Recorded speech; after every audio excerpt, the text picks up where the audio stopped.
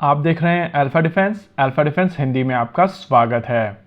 आज के इस वीडियो में हम लोग बात करने वाले हैं भारतीय वायुसेना के Su-30 MKI और अस्त्र beyond visual range missile system के बारे में। आज भारतीय वायुसेना और डीआरडीओ ने मिलकर इस मिसाइल सिस्टम का एक सफल परीक्षण किया है, लेकिन ये टेस्ट थोड़ा खास है। अभी आप अपनी स्क्रीन के ऊपर जो वीडियो देख रहे हैं ये पुराना वीडियो है और इस वीडियो में आप देख सकते हैं कि Su-30 MKI के साथ में अस्त्र BVR मिसाइल सिस्टम फायर की जा रही है। ये वीडियो सालों पुराना है, लेकिन इस वीडियो में जो मिसाइल सिस्टम देखी जा रही है उसके ऊपर एक रशियन सीकर का प्रयोग किया गया था और तब आइडिया था कि इस मिसाइल सिस्टम को सर्टिफाई करा लिया जाए, लेकिन साइमल्टेनियसली एक एईसा सीकर के ऊपर काम किया जाए जो इवेंचुअली इस मिसाइल सिस्टम के ऊपर डाला जाएगा। ये एईसा सीकर साल 2016 के आसपास बना लिया गया था और उसके बाद इसके ऊपर इंटरनल टेस्टिंग की जा रही थी। सीकर को सर्टिफाई कराने के बाद में इसको मिसाइल सिस्टम के साथ में इंटीग्रेट किया गया था और कुछ टेस्ट पहले भी किए गए थे, लेकिन आज का टेस्ट स्पेशल इस वजह से है क्योंकि इस टेस्टिंग के दौरान भारतीय वायुसेना और डीआरडीओ दोनों इन्वॉल्व थे और भारतीय वायुसेना के एयरक्राफ्ट के साथ में ये टेस्टिंग की गई।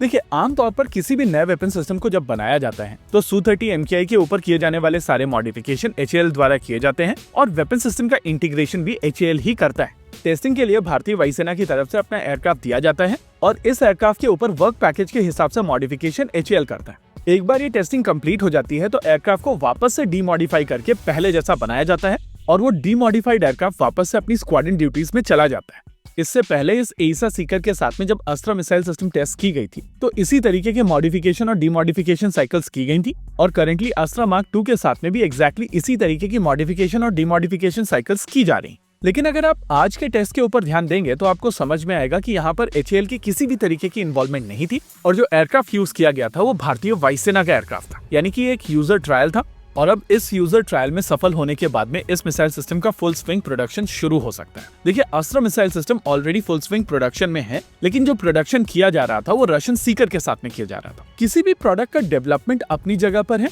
लेकिन उसका सर्टिफिकेशन और मास प्रोडक्शन उतना ही डिफिकल्ट टास्क है। अस्त्र मिसाइल सिस्टम के अगर आप ऑर्डर्स देखेंगे तो ये ऑर्डर्स लिमिटेड ही आए हैं और ये टेस्ट इंडिकेट करता है कि क्यों ये ऑर्डर लिमिटेड नंबर में किए गए थे। देखिए, एईसा सीकर के साथ में दो बड़े एडवांटेजेस हैं। पहला, इस मिसाइल सिस्टम को अब जैम करना बहुत मुश्किल होगा। आमतौर पर BVR मिसाइल सिस्टम्स को जैम करने की कोशिश की जाती है और अगर आपके मिसाइल सिस्टम के ऊपर एईसा सीकर है तो इसको जैम करना बहुत मुश्किल हो। हालांकि इस पॉइंट ऑफ टाइम पर जो सीकर यूज किया जा रहा है वो गैलियम आर्सेनाइड बेस्ड सीकर है और फ्यूचर में जब गैलियम नाइट्राइड बेस्ड सीकर्स आ जाएंगे तो ये मिसाइल सिस्टम और ज्यादा इफेक्टिव हो जाएगी और ज्यादा लंबी दूरी पर अपने टारगेट के ऊपर लॉक कर पाएगी। एईसा सीकर का दूसरा एडवांटेज है वेट। किसी भी एरियल सिस्टम का अगर वेट कम होता है तो उसका फायदा उसकी एरियल परफॉर्मेंस को होता है और भले ही यहाँ पर सिग्निफिकेंट इंप्रूवमेंट ना हो, लेकिन इसकी प्रोफाइल को कुछ फायदा यहाँ पर होगा।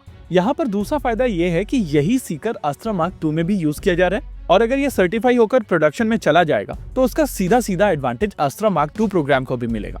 वैसे PIB प्रेस रिलीज में कहा गया है कि इस मिसाइल सिस्टम की रेंज 100 किलोमीटर से ज्यादा है और कई लोगों की तरफ से क्वेश्चन उठाए जा रहे हैं कि इस मिसाइल सिस्टम का पॉइंट क्या है जब आपके एनिमीज के पास में 150 किलोमीटर रेंज वाली BVR मिसाइल सिस्टम्स ऑलरेडी मौजूद है। देखिए, इस क्वेश्चन के आंसर को डिटेल में समझने के लिए हम लोगों को एक ऑल टुगेदर डिटेल्ड वीडियो चाहिए होगा और मैं कोशिश करूंगा कि कल हम लोग इसके बारे में एक डिटेल वीडियो करें। लेकिन for the sake of understanding हम लोगों को दो चीजें समझनी पड़ेगी। आमतौर पर एयरक्राफ्ट के ऊपर दो तरीके की मिसाइल सिस्टम्स होती हैं, एक शॉर्ट रेंज मिसाइल सिस्टम और एक long range BVR missile system. Obvious question आएगा कि आप short range missile system carry ही क्यों कर रहे हैं जब आपके पास में long range BVR missile system मौजूद है। दूसरी चीज, फ्रांस जैसा देश जो ऑलरेडी मीटियोर बना चुका है वो माइका NG क्यों बना रहा है। माइका NG की रेंज मीटियोर से कम है, लेकिन उसके बाद भी माइका NG के ऊपर काम किया जा रहा है। देखिए, इंजीनियरिंग में एक टर्म है ट्रेड ऑफ। आपको कई बार ट्रेड ऑफ समझने पड़ते हैं और उसके हिसाब से चीजों को डिसाइड करना पड़ता है। अस्त्र मार्क 1, 2 और 3 तीनों की अपनी अलग अलग एप्लीकेशंस हैं और उन एप्लीकेशंस के लिए ये मिसाइल सिस्टम्स बनाई जा रही हैं। लेकिन इन ट्रेड ऑफ्स को लेकर हम लोग एक डिटेल वीडियो करेंगे जहां पर हम लोग इन चीजों को एक्सप्लेन करेंगे। इसी के साथ आज के इस वीडियो में रखते हैं केवल इतना ही। वीडियो को अंत तक देखने के लिए धन्यवाद। देखते रहिए अल्फा डिफेंस। जय हिंद।